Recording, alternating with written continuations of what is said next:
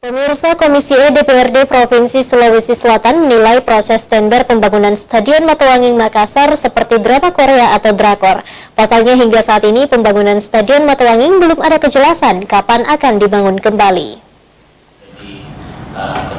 Dibangun kembali. Apa yang telah dirintis dan dilakukan oleh Pak Ketua Pak Rusdi tadi. Dalam rapat pertanggungjawaban pelaksanaan APBD tahun anggaran 2021, Komisi E DPRD Provinsi Sulawesi Selatan mengundang Dinas Kepemudaan dan Olahraga Provinsi Sulsel di ruang rapat Komisi E. Salah satu yang menjadi sorotan para anggota Dewan mengenai kejelasan pembangunan Stadion Matuanging hingga kini belum ada kejelasan. Anggota Komisi E DPRD Sulsel Adi Ansar mengungkapkan, pembangunan Stadion Matuanging seperti drama Korea, terputus-putus dan berjilid-jilid. Padahal DPRD Sulsel terus mendorong pemerintah provinsi agar segera menyelesaikan pembangunan Stadion Matuanging. Besar animo anggota Dewan untuk mendorong pemerintah supaya menyelesaikan pembangunan Stadion Matuanging agar jangan terlalu lama. Terkait dengan stadion itu, Rinda lihat sendiri tadi bahwa begitu besar animo anggota Dewan itu untuk mendorong pemerintah supaya menyelesaikan jangan terlalu lama.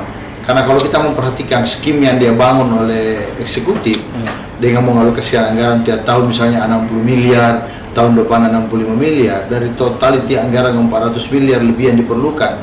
Nah, coba kita butuh berapa tahun itu? Nah, itu kan kita butuh paling kurang itu 6 kali 6 360 paling 7 tahun malah.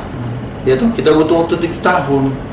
Nah, tadi Pak Ketua sindir kita bahwa kalau 7 tahun itu tidak bisa lagi main ini yang tua-tua sekarang, yang pemain sekarang.